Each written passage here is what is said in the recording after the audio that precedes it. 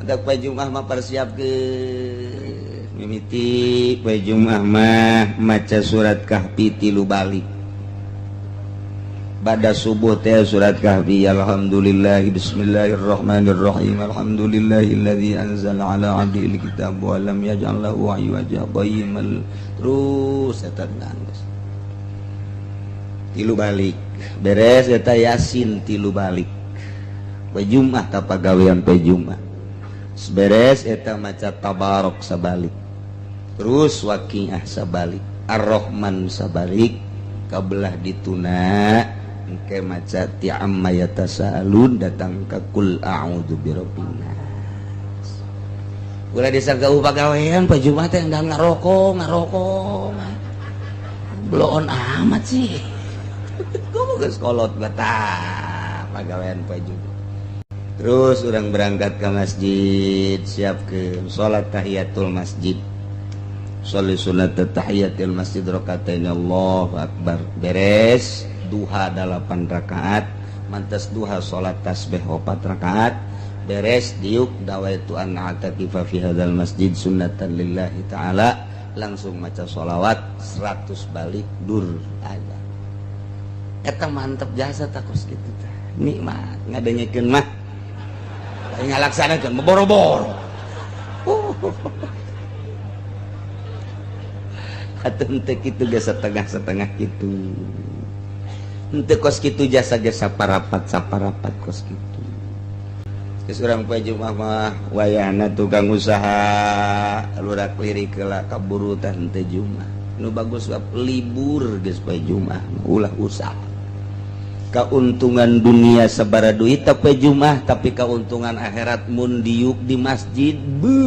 jadi ngegoloncong ka sorga coba. Di dunia paling hebat melimio lah keuntungan poe Jumat tapi cicing di masjid di jam 8 datang ke Jumat waduh eta ngemplong lawang-lawang sorga. Mun urang dideleukeun mah mata hate urang kadinya moal daek urang usaha moal daek. Namun orang sibuk di ladang poe Jumat mah liburkeun deuleu ku urang keutamaan jeung keagungan poe Jumat. Nyaritakeun ti Kangjeng Nabi bahwa poe anu terpilih teh aya 4 lain sambarangan poe nu 4. Nomor kahiji yaumul Jumat. Poe Jumat teh lain sambarangan. Lantaran dina poe Jumat teh fiha sa'atun la yuwafiquha 'abdun muslimun yas'alullaha ta'ala syai'an min amri dunya wal akhirah illa a'tahu iyyahu. Ku Gusti Allah di jero poe Jumat teh aya hiji jam, aya hiji waktu anu henteu pati ngakuran manusia seorang muslim di jero eta waktu kemudian menta baik urusan dunia maupun urusan akhirat langsung bakal dibere ku Gusti Allah. Poe Jumat tinggal jamna jam sabaraha teu dibejakeun ku Kangjeng Nabi. Apakah tas subuh, apa jam genep, apa jam 7, apa 8, 9, 10, apakah jam 12, apakah mantes Jumat atau asar teu dibejakeun ku Kangjeng Nabi. Maksud teu dibejakeun abeh full sapoe Jumat teh ulah ka mana. Ulah ka mana coba lamun dijelaskeun oh ieu teh waktuna teh jam 12 atau jam 12 kabehan ngintip jam 12. Atawa jam hiji ngintip jam henteu pokona mah sapoe Jumat bae. Ulah aya nu sempet-sempet ka pasar. Ulah aya nu sempet ka kantor. Bangkrut negara. Ulah aya nu sempet bae ka mana ka sawah pa Jumat mah. Geus bae ge kelan tasbih bae. 10 tasbihna 9 jual hiji. Atuh siapa jualan keneh bae. Nah, ieu poe Jumat lain lalagaan. Sebutna ge Sayyidul Ayyam. Rajana poe Jumat. mentak diprediksi mungkin bae waktu ijabahna teh sabada azan Jumat sabada azan tah sabada azan di dinya waktu ijabah cek sakaol sabada salat sunah begitu azan langsung salat tas setelah salat sunah cek sakaol mah memeh imam naik ka mimbar didinya gegeraan menta begitu imam keur naik ya Allah menta dunia ngagusi mobil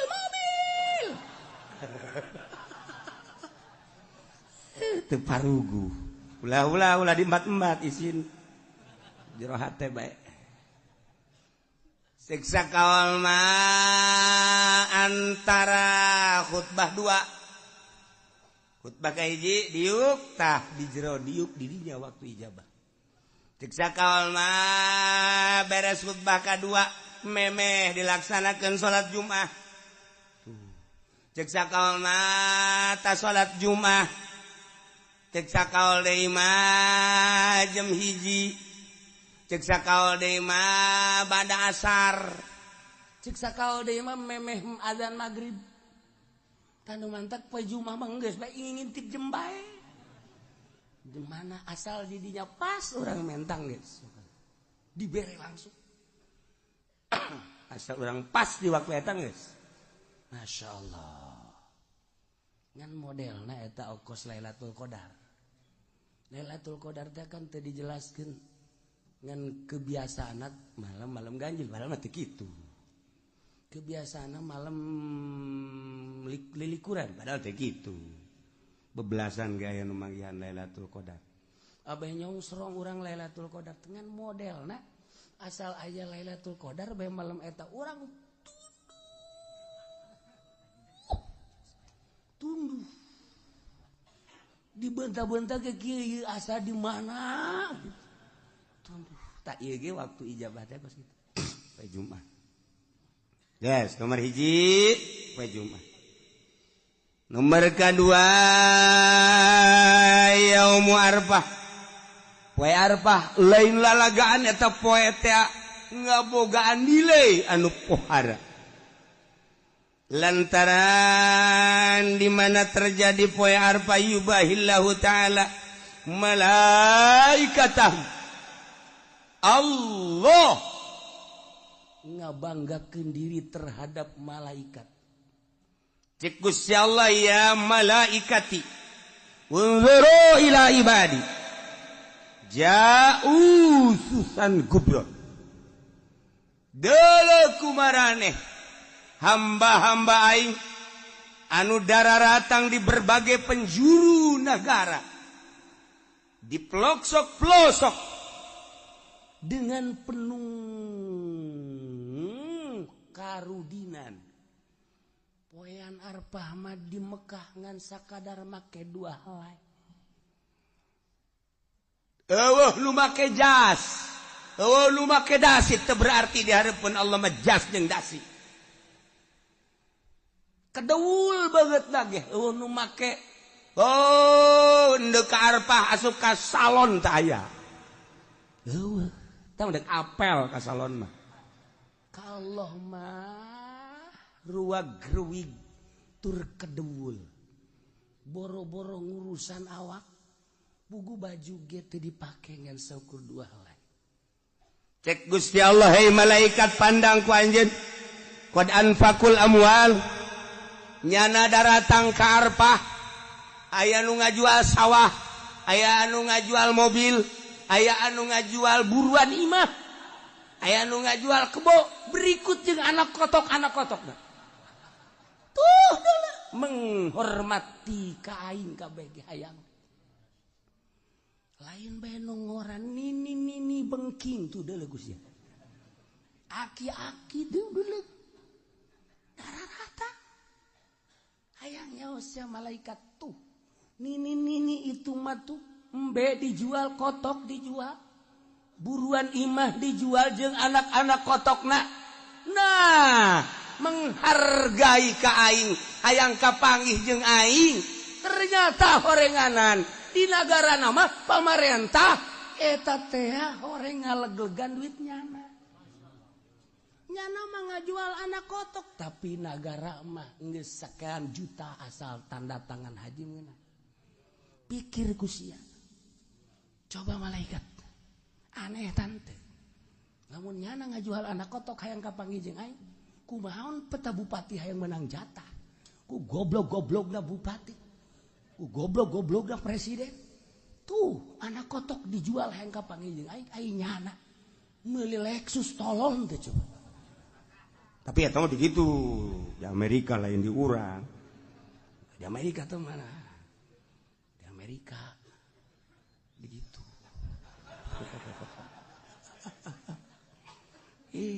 sedih urang haju ngadagoanana geus nyaho malaikat aya anu 5 tahun bejana cenah di Indonesia mah 27 tahun kabur malodar sia hayang kapanggih jeung aing tuh taha saksian ku aranjeun kabeh geura ge hajuat Abul Abdan isyhadu inni ghafartu lahu tidak terkecuali nu aya di Arfah ku aing dihampura kabeh dosana untung jasa jelema nu di Arfah untung jasa jelema nu di Arfah dua tah poe Arfah hiji peju mah dua poe Arfah geus urang ge atuh poe Arfah geus ulah make ihram bae sanajan di dieu ge urang mah haji pene make ihram nah aing nurutan di Arfah bae sakieu teh geus ya kieu bae geus set aju daharna ge di lapangan nurutan di Arfah bae di ditu ulah nyisiran bahan kayak anakna mawa ka grogol misalnya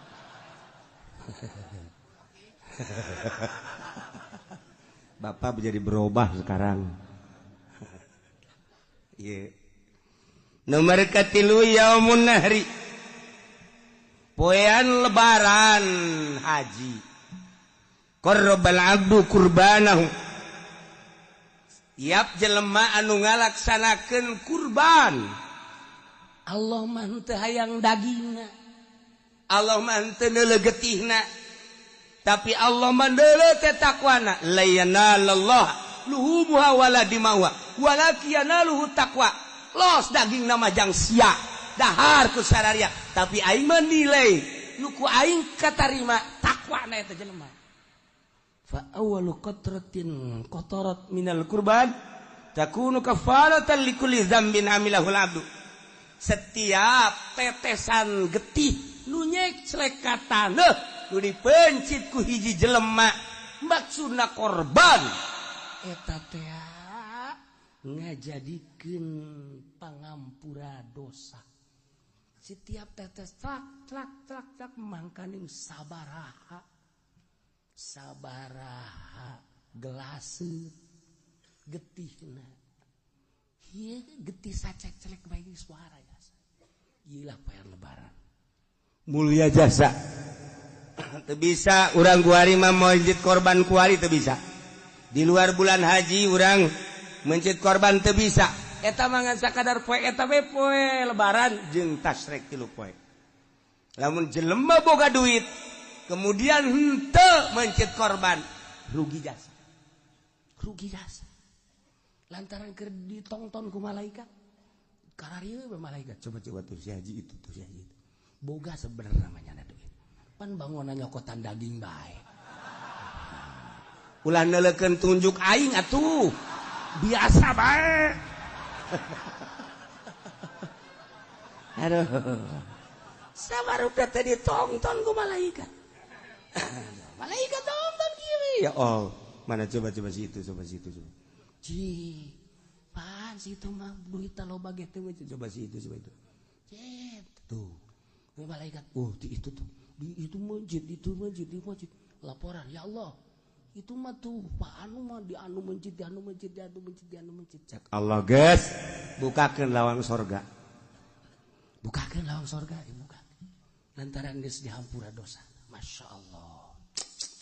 pokona mah geus siapkan kuari duit jeng celengan jang meuli kebo sapoe 1 juta kurang jeng celengan duitnya di mana geus amun sapoe 1 juta teu bisa sapoe 500.000 jeng celengan berarti amun kuari datang ka lebaran 14 poe nah jadi berarti lamun 500.000 seperti itu berak beli gitu embe Garut bude teh cenah kiai duit teh boga tuh sakitu mah geus bae tuh sapoe 100.000 berarti kuari datang ka lebaran sabaraha 1 juta nah kabeli embe cisoka embe kacang nu leutik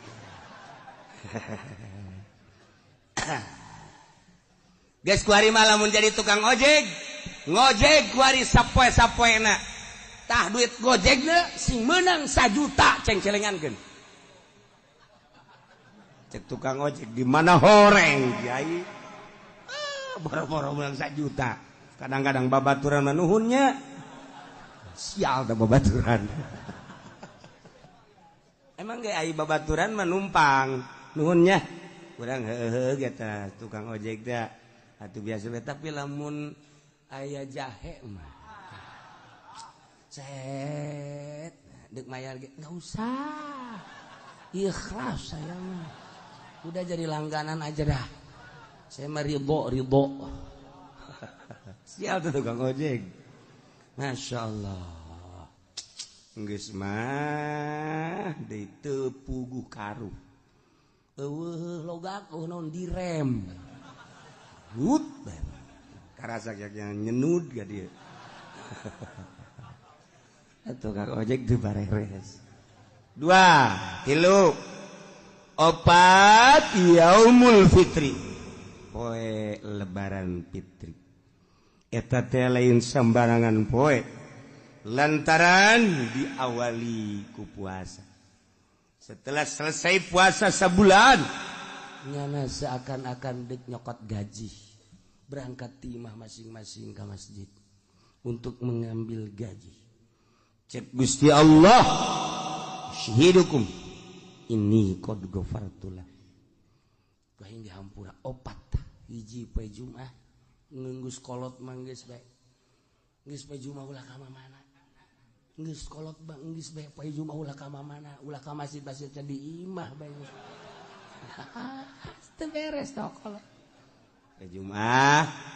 yaum arfah lebaran haji jeung lebaran fitri poe nu opat eta mah lain sambarang nah eta teh si Dida Umar teh di mana eta menangna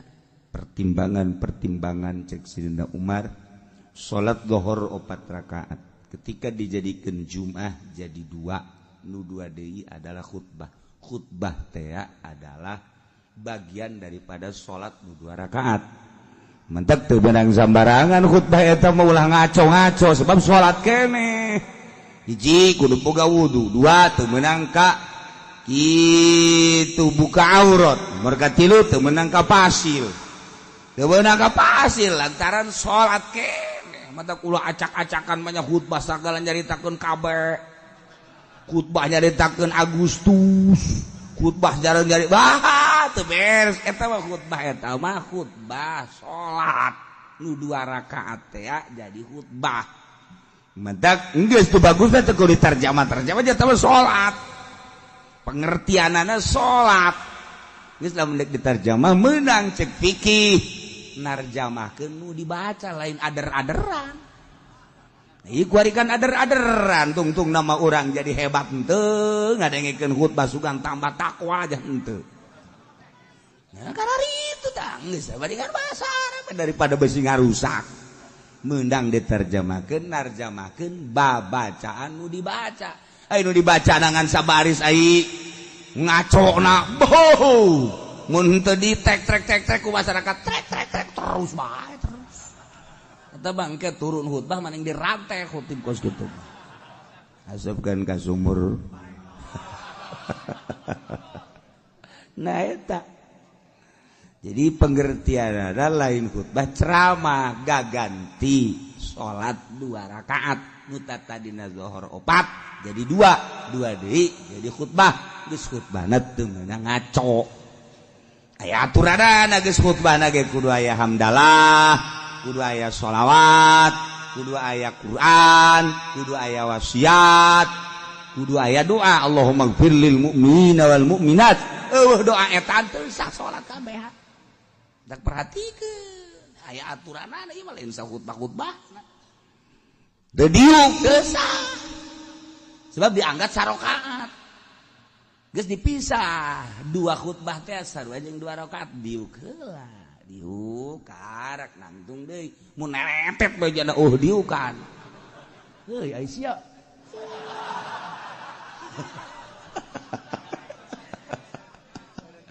Goblok sia aing ge rusak salat aing sia. Nah, eta lan mah khatibna kudu nu paham. Ulah tarjamah acak-acak ieu mah salat. Ndek khutbah mah nya ndek ceramah ketas Jumat atau meme Jumat. Oh, ceramah sadekna nya da tekan budak ngebudak geus tah. Cenah nu ngadengekeun atuh karasa ku sia berarti sia teu dipake karasa. Ieu mah keur salat ieu mah ditah Allah. Tungtung nama pan kulantaran salat ieu kan anu ngadengekeunage teu meunang teu ngadengekeun idza sa'idal khatibu 'alal mimbar fala tatakallam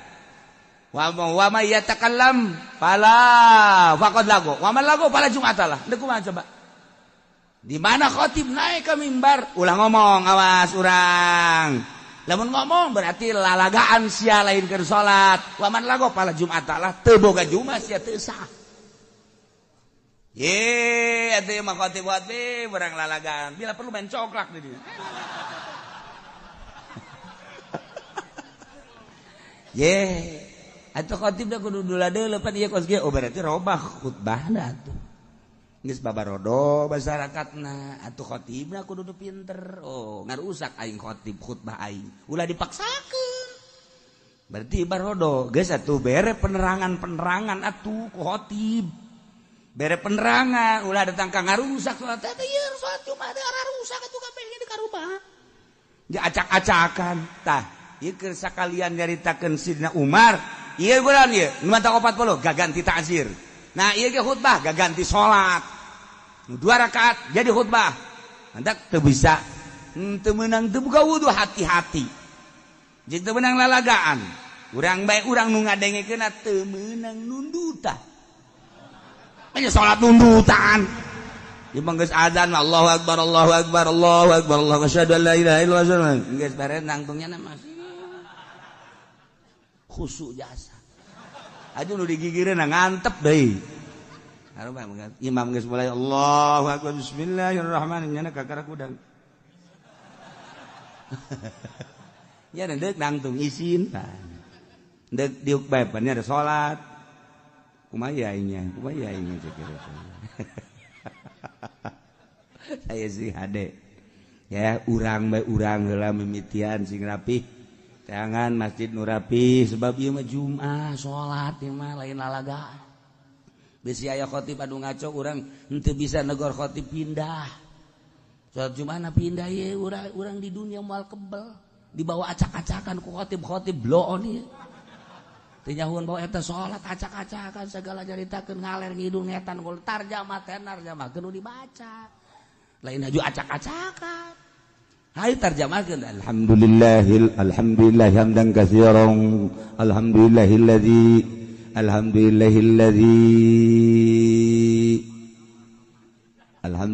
sia ngaco aing mah kagok aing ku sora sia.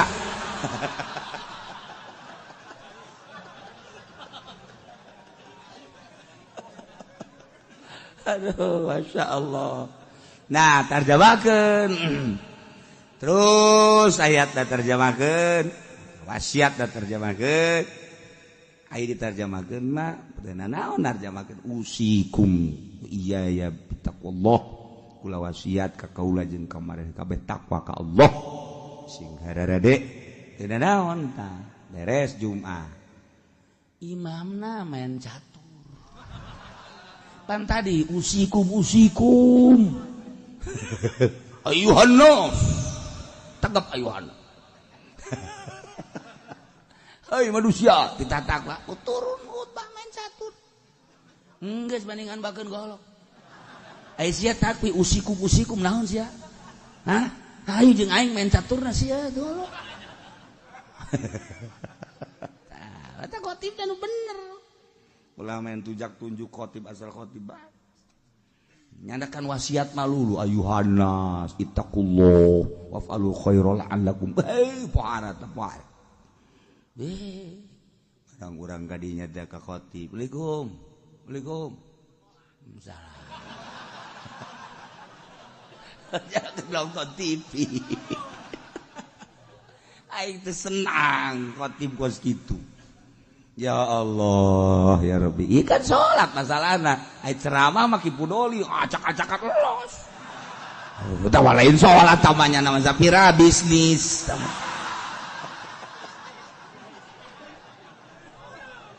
Aduh.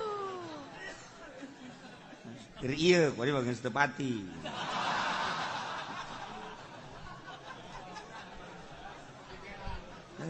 Ya Allah, ya Rabbi Karim. Kan ada perubahan-perubahannya nama daerah ya perubahan sih atau bencana kadangin aku orang kutub berapa nih coba ge jadi bayar ngomong kan aku tuh berapa di kos gitu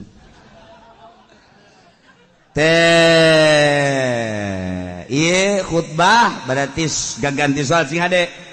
guys hati-hati dengekeun kurang perhatikan lengan orang temenang uca acok kadia-kadia itu nunjuk doangnya nunjuk jadi masalah masa ke sholat nunjuk wa man lago fala jum'atalah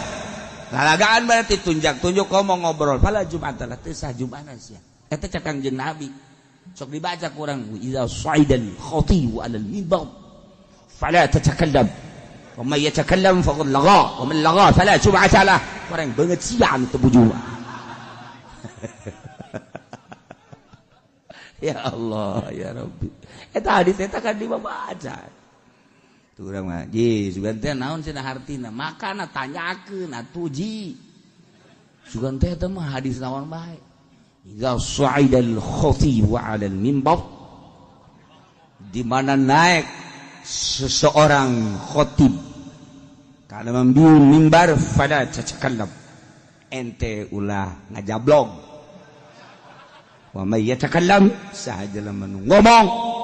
faqad laga berarti heureuy lalagaan wa man laga fala jum'atalah cakang jeung nabi jelema lalagaan berarti teu sah jumat tah abeh tenget urang besi salat di lembur urang terjemahanana ngaco urang negor teu bisa pindah salametkeun awak urang di akhirat aing waduh kos kiamat ieu pan salat ieu mah lain ceramah ieu mah lain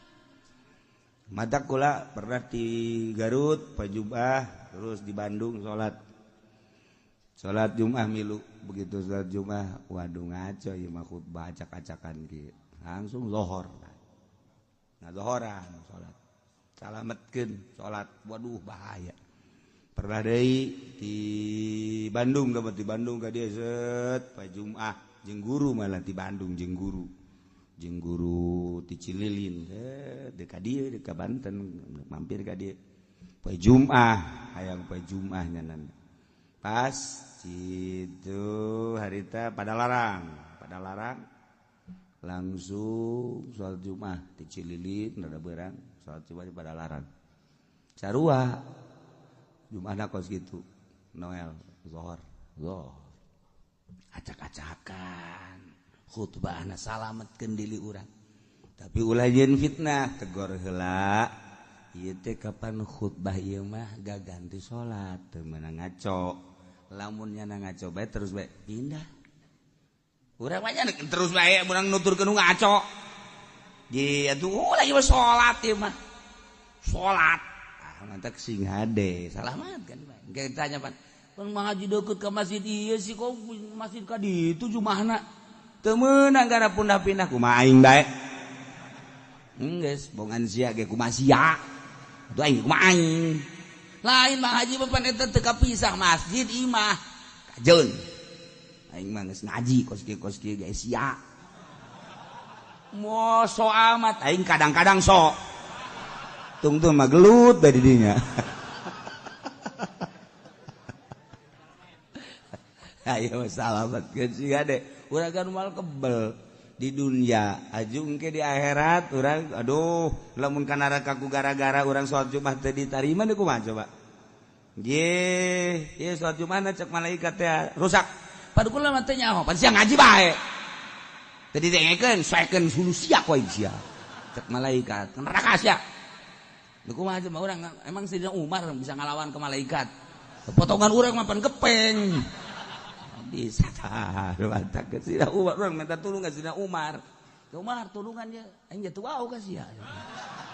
Sia tilok hadiah, tilok naon tilok aing. Deui kumaha coba. Ketika hiji manusia hiji umat di negara kemudian ku Gusti Allah teh diturunkan seorang nabi titah dakwah ngajakan nauhidkeun ka Gusti Allah umatna didinya teu percaya ka nabi tersebut inkar ku Gusti Allah selalu diberi siksa dengan cara siksaan teh ku kasangetan fakir penderitaan gering dibere ku Gusti Allah teh paila datang ke hes timbul penyakit maksud Allah kitu teh supaya berpikir manusia la'allahum yatatarra'un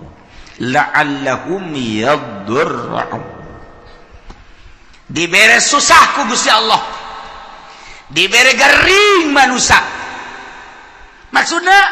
supaya jelema tadarru ka Gusti Allah nurut ka Rasul nurut ka Nabi nu diutus ku Gusti Allah DPDP supaya tunduk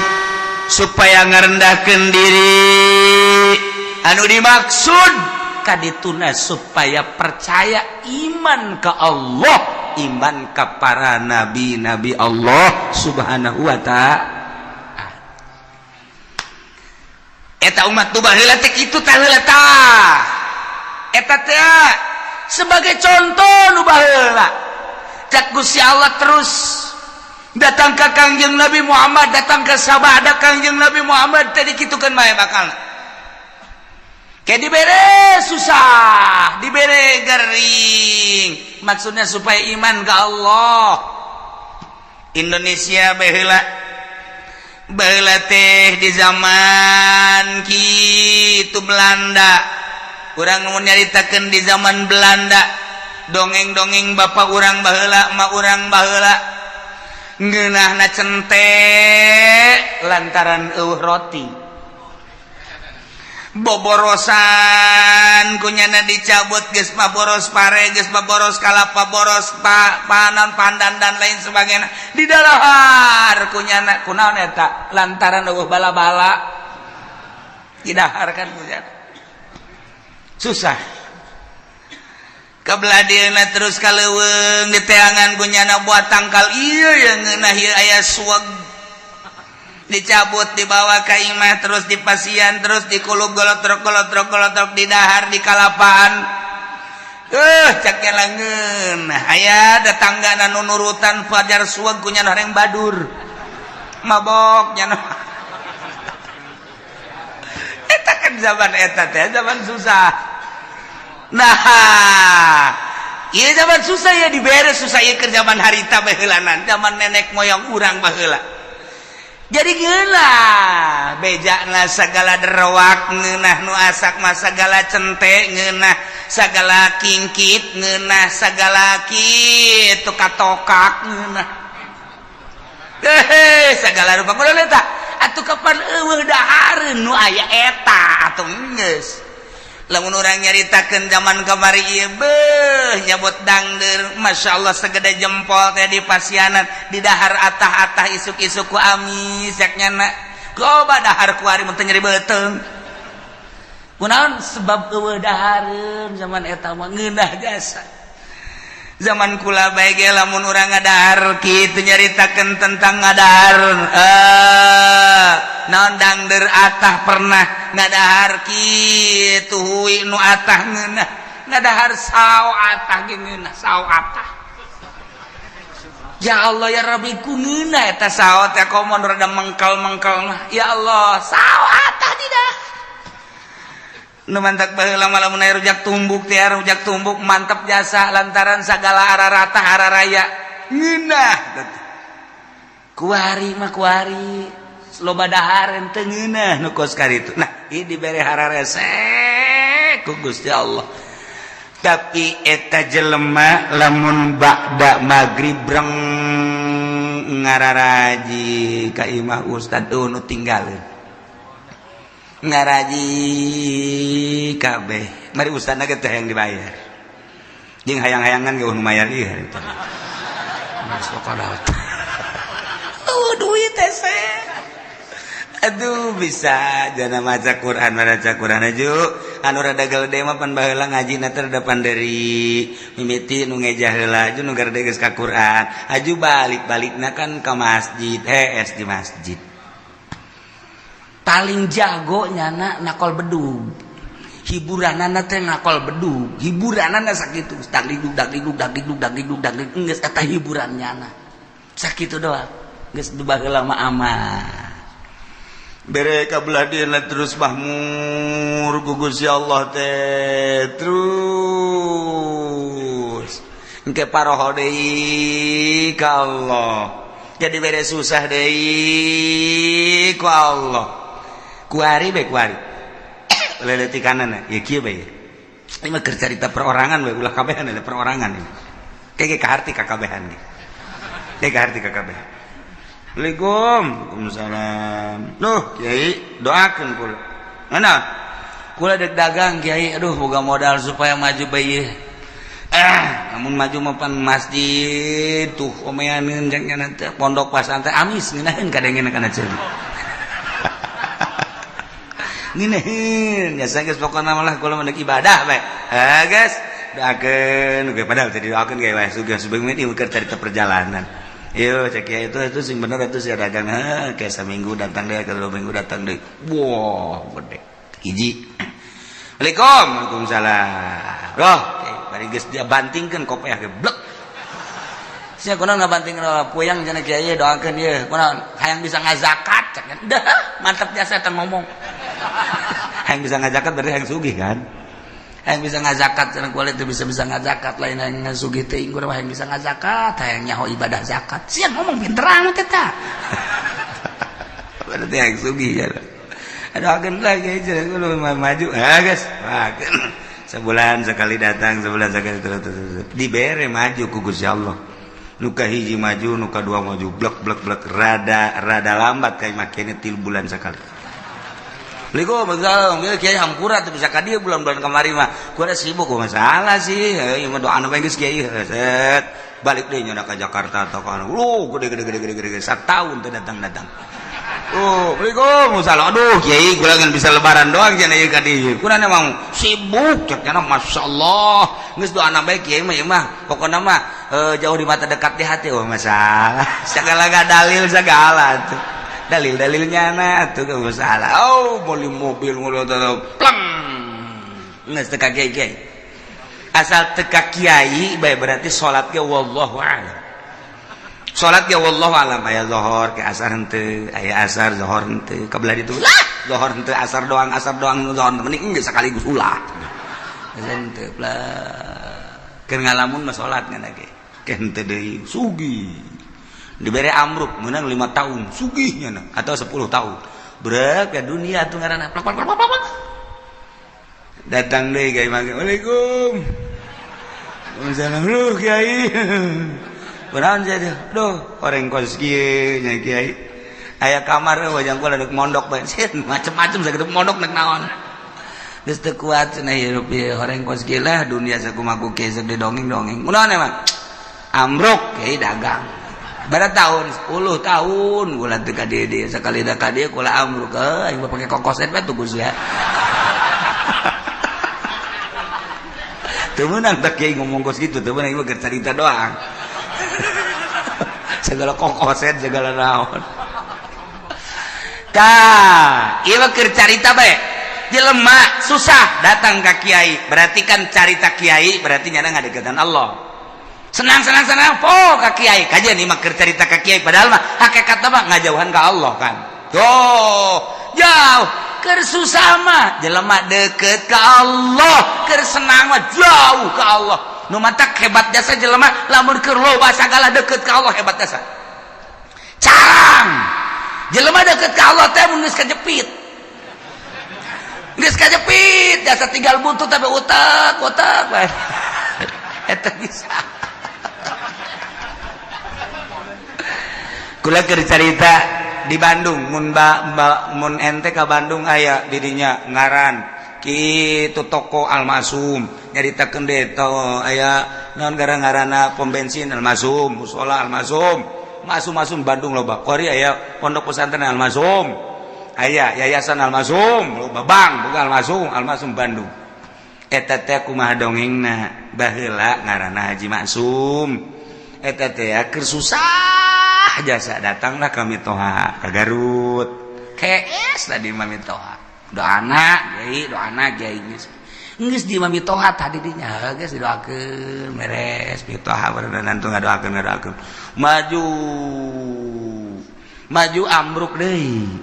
tas maju teh teu ka imam Mitoha teu ka imam Mitoha ambruk ka imam Mitoha deui oh masuk nyedeng-deng deui di imah THS deui biasa doakeun boh majuna teu kira-kira pohar aja sah miliuder Bandung geus lah geus datang ka pae teu kapanggih geus teh masalah ieu mah keur carita masalah itu masalah punyana ge teu bermasalah ieu mah keur carita kos kitulah dunia poho dunia mah ka Allah tah ka Allah tah datang ka pae teh teu kapanggih teh jeung mitoha tah lantaran dia teh urusan dunia Masya Allah karim aya deui moal dicaritakeun tah di Bandung aya anu boga kitu Majalaya nu boga pabrik samping keur susah datang ka guru kula datang terus ada senang oh susah deui datang deui oh senang deui terang senang pohara jasa senang kadeuleuna padahal hutang gede senang baheulana poho ka eta dunia mah kos kitu nah mata ku Allah ieu keur nyaritakeun di dieu ieu keur nyaritakeun ieu teh wa ma arsalna fi qaryatin min nabiyyin illa akhadna ahlaha bil basa'i wad dharra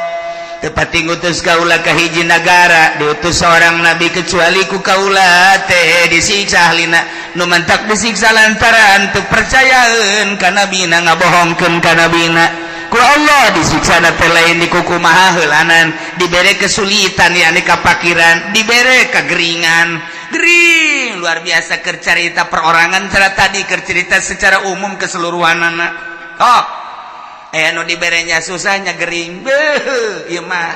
naon kitu ngaranna murag di tangga katibah tangga nya susahnya gering geus pupurieun ieu mah aju diusir ku pemajikanana beak anak ngajauhan geus bae eta tah ieu dibere susah ku Allah maksudna naon supaya tadarru ka Gusti Allah la'allahum yadarra'un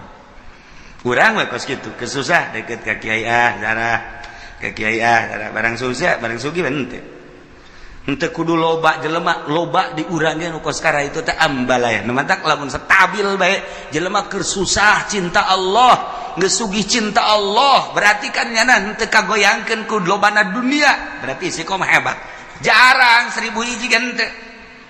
asal rek bae mulai geus kamari mah bisa tamat Quran sabulan sakali ku ari mah Quran ngan di deuleu doang keur kamari mah rada susah teh bisa babarengan jeung babaturan barang ku ari sugih geus teu bisa babarengan jeung babaturan kamari ieu mah keur rada susah teh bisa seserian barang sugih mah tuh geus teu bisa ku ari mah sibuk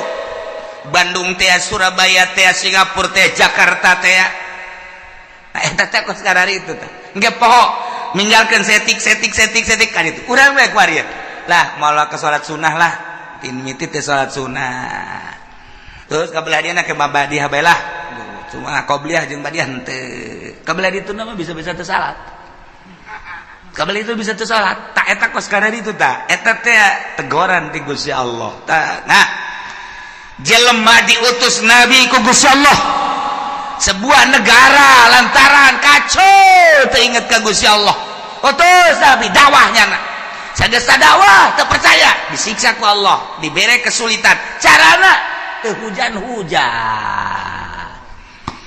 Lamun geus teu hujan, atuh taneuh dangkal batal teu jadi. Mimiti nu kesulitan teh kapan munding sapi domba. Kabelah dieuna jelema kesulitan lantaran teu aya cai ti luhur teh diturunkeun cai ti handap panas eueuh cai. Cigolah jelema nang Allah cak Allah ayo coba sia da kumaha coba baheula turun Nabi kuari mah wali Allah mah teu kanyawan ulama nyaritakeun ulama kade cek kiai teh sing loba dumadeus ka Gusti Allah urang ti Allah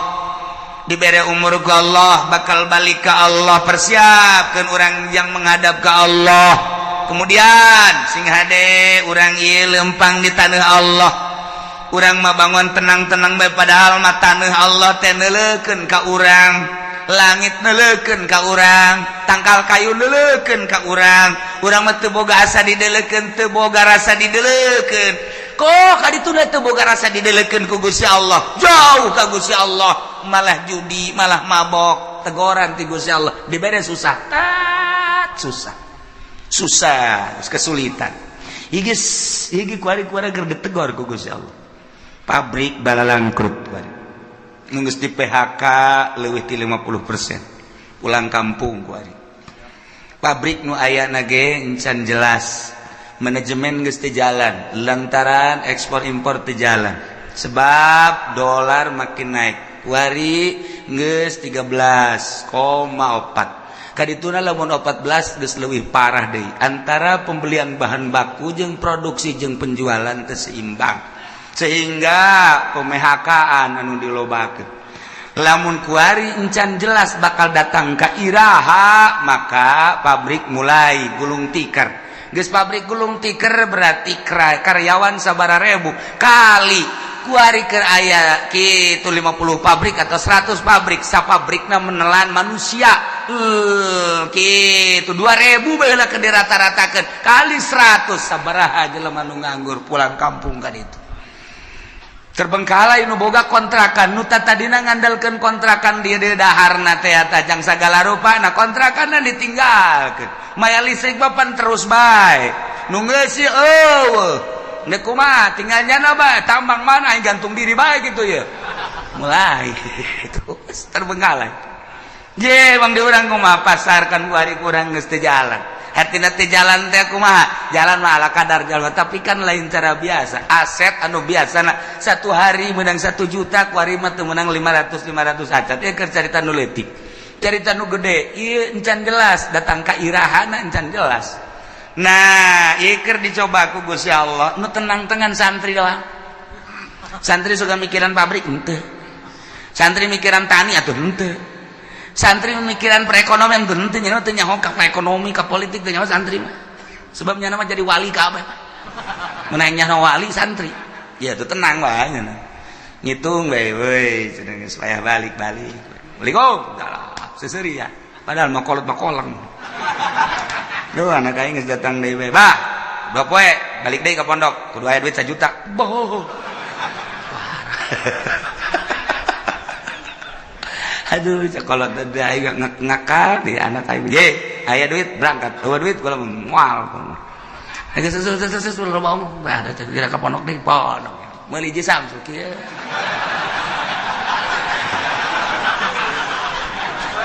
Atuh nyaritakeun politik deh, politik. Nyaritakeun ekonomi deh, duit aing ngambala ya taloba cenah. Geus cenah mah atuh geus nya mah jadi wali we pokona mah geus. Nah, bang tenang-tenang geus jadi santri geus. Geus ngitungan bae ngaji mah tilok. Ngitung balik deui bae. Teu nyaho santri mah. Geus teu nyaho naon pokona mah ngaji ibadah geus teu nyaho naon. jasa najan anu mikiran bae ge sugan atuh jadi kitu motivasi dan teu atuh mani nyana salat berjamaah tas berjamaah pondok baca Quran tadarus Allahu lazim dak masak beres beli botan dak duit aing ambual aya ti bapak aing pugu bapak nama ngedagang naon gitu ngartoge ngek geus nya wana naon ya dagang dangdeurnya nanjak kesangan tengah jalan kesangan kosokan heula ieu dorong deui ka ditu jual datang anakna duit bah meuli gudang garam kadeleuna mah rokok padahal kesang bapak eta cucu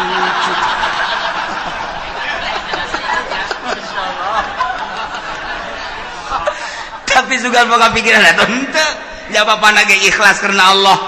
lantaran cek bapana aing ridho jasa aing dagang dangdeur capek ge tah pake ngabiayaeun sia komo sia bisa ngaji teu bisa ngaji ge aing nitipkeun ka sia teh keur macaan Quran ngajelaseun Quran hadis eta teh ucapan Allah ucapan Kangjeng Rasul geus atuh pokona mah aing mah penting mah sorga we coba mantep teh coba yeay kolotna ge senangeun ya eta teh nyana anu di dalam akhirat coba sakola hayo mere duit tak 3 juta jadi ibadah wallahu a'lam nu dibaca anak kitab naon dan lain-lain sebagainya jadi ibadah kalau wallahu a'lam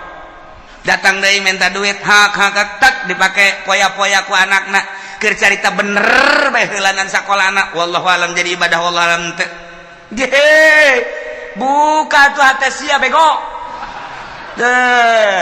kalau teh ieu mah keur nu capek bae tah mere ka anakna keur carita bisa ngajina geus pohara keur teu bisa ngajina dicatet ku malaikat masyaallah anakna cicing di pondok keur berjuang ngalaksanakeun muacaan kitab Allah dawahan Rasulullah dawahan ulama dibiayaan ku bapakna anu ngantar wasilah ngabiayaan anakna memeh anakna ka sorga kudu bapana heula amin anak sia teu sakola teu mondok iya emang wah gitu Masya Allah Karim pohara jasa aja tatanggana saya ke mana dia ke pondok ye keke tungguan ngodok kantong nemu bojero keke tungguan bahasa gede jasa ya cak budak merena yuk set 5.000 caknya nanti aing nggak daguan ngodok kantong mangel ya 5.000 doang dari sakit mereka nih Masya Allah mantap kula inget baik kula mau lebih bejakeun jelemana waktu kula keur mondok aya seorang pengusaha sok mere ka kula nah dek kapanggih aya deui urang di nu sok mere tek datang ka kula inget baik kula geus marah naon kula sok dihadiahan bae ku kula bu aing baheula teh meuli kitab dibiayaan ku eta seorang pengusaha tah tuari sok dihadiahan bae lah garati anu ternyata ge pasti aya akhirnya teleungi tah hate teh tah nyana ngabiayaan teh sok mere mun balik sok mere aya deui dulur mun munda balik menta tah mah atuh dibagi-bagi ku Allah ge nu mere aya nu menta aya lah ieu mah keur carita mun muka mata hate urang blak atuh emangna hirup deuk di dunia doang beuke geus di akhirat blak Masya Allah begitu seorang santri ustad atau kiai ditimbang amalnya bagus sorga cak pengusaha malaikat ulah kali ke sorga kan emang kunaon gitu ulah emang naon hubunganan ayah hubungan gede jeung kula ulah ke sorga kan ji naon heula ke tanyakeun eta kitab nu dibaca ku nyana nang meuli saha tanyakan tad emang boga kitab nang malikeun saha aya nang malikeun Pak Anu bener tuh Bapak Anu mana tuh rangkulannya bari ngarangkul bang ngarewas aja atuh ka sono jadi tuh atuh usul lain mah pokokna mah ieu ustad bisa baca Quran asa kaca kitab pan kitab nanti bapak bejakeun ka Gusti Allah eta kitab nang ti bapak gitu bejakeun ka ditu di cek ustad teh bisa gitu bejakeun ka malaikat ya bebeja malaikat bebeja Gusti jadi aya nu ngotot bayi bungus saya hayang milu ka sorganya na emangnya na boga amal naon amal nama tepati bagus kan melikeun kitab eta sabab wasilah santri bisa ngaji ku sebab dibelikeun ku jana jeung sok dibiayaan ku jana aduh cak Gusti Allah geus sok ka sorgakeun mah lamun urang neuleuh kadinya tah emang kumaha gitu ulah-ulah eta kapan dongeng Kangjeng Nabi aya jelema nu maot teu boga amalna naon ulah ka di nerakakeun cak Kangjeng Nabi pan gitu coba sugan wau tante nyana teh pernah ngaji tante jeung kiai tanya pernah ngaji henteu pernah bareng jeung kiai teh kitu bejakeun pernah bareng jeung kiai teh henteu wau teh jeung kiai bejakeun wau teh jeung kiai henteu ieu mah berapa mau serongan ieu mah gaji tilok wau henteu bareng henteu pan puara tah mah coba pernah henteu ka imah kiai bae siapa pernah ka imah kiai henteu masyaallah ieu henteu sama sekali henteu cak Kangjeng Nabi liwat tanya liwat pernah teu ka imah kiai barang ditanya siapa pernah teu liwat ka imah kiai mun liwat pernah eta ge neangan embe embe kula leungit liwat ka imah kiai aya nu ngomong eta cenah imah kiai jadi kula nyawa geus kasorgakeun berarti nyana eta nyahoeun ka imah kiai je atuh komo nu ngararaji di dieu tah eta nu ngabiayaan sarana agama mah kos kitu lain lalagan eta dongeng Kangjeng Nabi ditanya heula coba pernah ngaji henteu henteu pernah wau henteu henteu pernah bareng teh jeung kiai henteu pernah ka imah kiai henteu silaturahmi henteu wow pohara jasa ieu mah sama sekali cenah mah ieu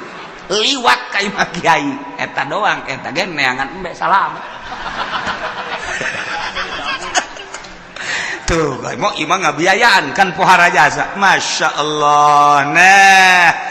ialah tepati-pati kaulah ngutus seorang nabi ke hiji negara kemudian bangsana jeung umatna ngabohongkeun ka eta nabi kecuali kaulah nyiksa ka ahli negara eta ku cara dibere kesempitan kesusahan anu luar biasa perekonomian teh jalan pertanian teh jalan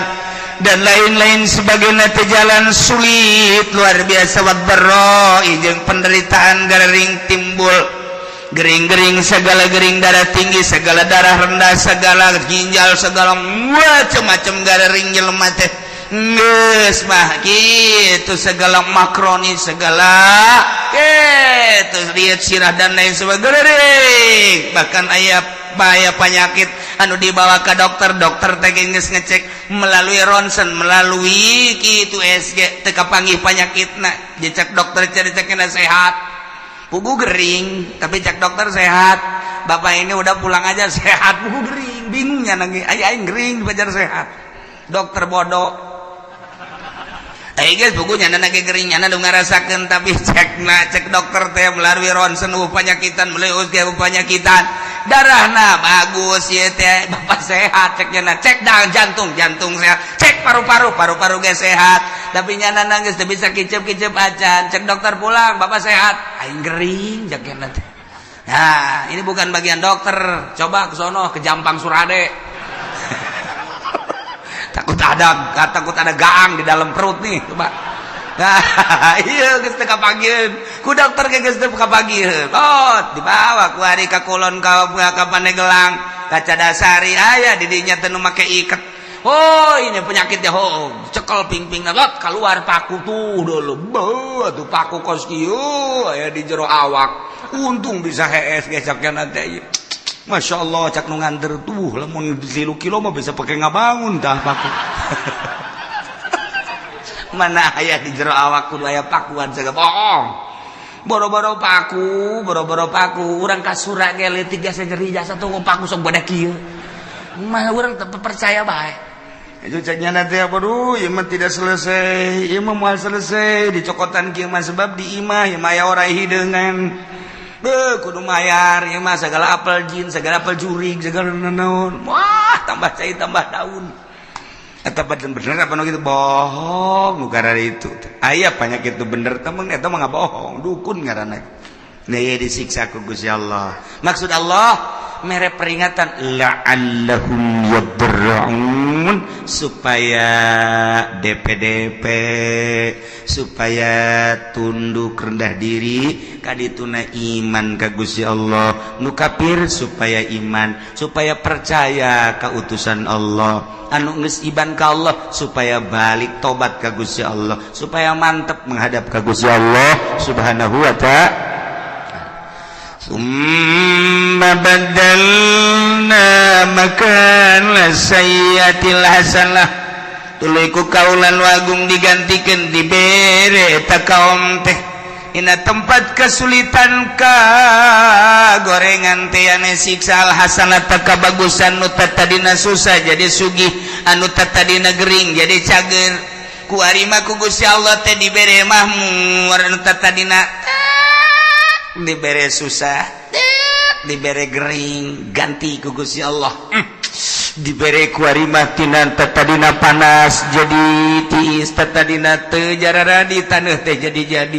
tadina perekonomian macet ku ari jadi makmur terus jadi jalan dan lain sebagainya geus kasimpulan nama susah jadi sugih gering jadi sehat hatta afau sehingga tina subur tambah harta tambah loba munding tambah loba sapi tambah loba domba tambah loba ayam gitu kene kendaraan tadina boga motor hiji jadi dua jadi tilu mobil gitu kene bahkan jeung pamajikan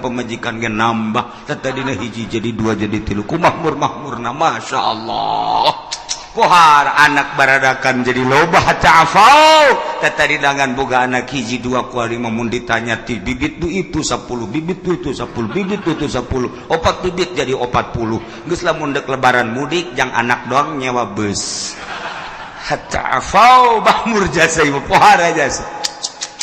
kumaha eta dikitu-kitukeun ku Gusti Allah ke dibere susah ke dibere sugih ke dibere gering ke dibere cager eta teh kapan menang Allah maksudna Gusti Allah teh supaya inget bahwa ieu teh dadamelan Gusti Allah geus ana dadamelan Gusti Allah supaya iman ka Gusti Allah geus iman ke ibadah ka Gusti Allah supaya mantep nauhidkeun ka Gusti Allah subhanahu wa ta'ala. Tapi kumaha eta kaum waqalu cek eta masyarakat teh kufrun linimat kana kufur kana nikmat sing hadeta maki kituan tekod masa abaana dara wasarra bapa moyang urang baheula ge osok dikitu-kitu baheula ge lain osok dikitu-kitu emang geus terjadi ke susah ke sugih engke paila engke subur tiba lagi kitu ke perekonomian macet ke perekonomian teh jalan atuh tiba lagi derek moyang urang ge kitu sarua jeung urang ieu teh ulah ditekadkeun bahwa ieu ti Allah wa hadhihi adatud dahri ieu mah emang geus kos kitu bae kaayaan zaman masa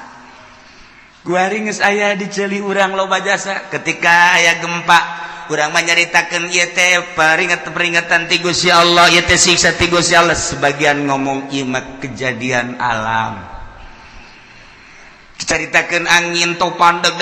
urang mah nyaritakeun ieu teh peringatan ti Gusti Allah siksa lantaran di dinya teh aya sumber maksiat anu teu katahan mungkin bae perzinahan mungkin perjudian mungkin bae di dinya teh segala kredit dan lain sebagainya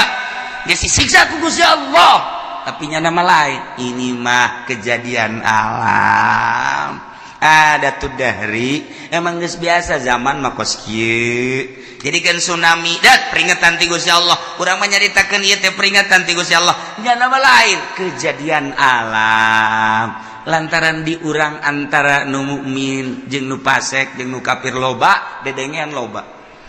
tapi ka urang lolobana dah kejadian alam eleh mukmin udah teger di televisi ngomong ini adalah merupakan peringatan dari Allah siksa titik geus kuduna kitu ieu lain kejadian alam nyaritakeun kejadian alam malulu teu harayang aing mah ngadengen ge eueun tegas teh kitu ta ka Allah hati-hati kita kembali kepada Allah kudu mah di TV kitu hai para kafir iman kepada Allah coba nya di sel geus lah pokona nekat kudu ieu mah kejadian alam deui da iya jelema nu kalalupur nikmat teh ngomongna teh qad masaabana dara wasar urusan kos kieu mah tuh bapak moyang urang ge emang kakenaan baheula aya susah aya sugih aya panas aya tiis aya masyarakat aya menan gitu ngaranna aya keur paila aya keur subur atuh baheula ge karari itu ke ku Gusti Allah dibere angin teu Gusti Allah engke ge aya angin ke gempa emang ieu mah wahadi ada tu dahri walaysat biuqubatin minallah lain siksa Allah ieu mah kejadian alam tiba heula nangis kitu nurun ka urang ayeuna nu mantak caknya nangis pakunu ada ma antum ada geus sing araya maneh mah maneh bae geus ulah nyaritakeun Allah geus mah lain siksa Allah lain kejadian alam maka lamun ku Gusti Allah geus diperingati melalui paila melalui panas tapi teu daek iman ka Gusti Allah teu daek sadar merendahkan diri ka Gusti Allah ketunggu cek Gusti Allah ujung-ujungna fa'akhadnahum baghtatan wa hum la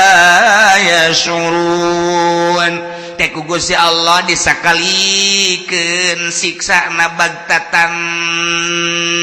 teh sekaligus kaget sekonyong-konyong wa hum la yashurun bari manehna teu nyaho kana waktu datangna memena sugan aya kitu warning sen-sen teu aya langsung bae emang kamari ieu waktu aya tsunami Aceh teh emang aya peringatan teu aya jeger kabeh ka bawah waktu kamari ieu di Padang emang aya peringatan awal geus ku Gusti Allah diperingati awal tapi kaberani itu udah tetap teu iman gak gempa sabaraha ribu manusia anu teu disalat teu Sukabumi gempa Garut gempa Yogyakarta gempa nu kuari mata anu celian nu pengkor anu leungeunnan dan lain sebagainya masih kadeuleu keneh kurang Yogyakarta teh tapi tetep teu iman ka Gusti Allah awas cak Allah namun ku aing kuari peringati melalui panas ku aing diperingati teu aya hujan sawah-sawah batela dan lain sebagainya hawa anu sakieu geus teu benyatu jeung urang panas luar biasa eta teh sing inget sia-sia teh nang aing ieu cuaca nang aing panas nang aing balik atuh ka aing cak Gusti Allah lamun sia balik ka Allah aman ku aing sia tapi lamun sia teu balik ka aing ieu kejadian alam deleukeun ku aing sia lamun ku aing teu didatakeun bagtatan awas tuh mentak ngeri urang sing lobakeun istighfar ku ari ge ka Gusti Allah Subhanahu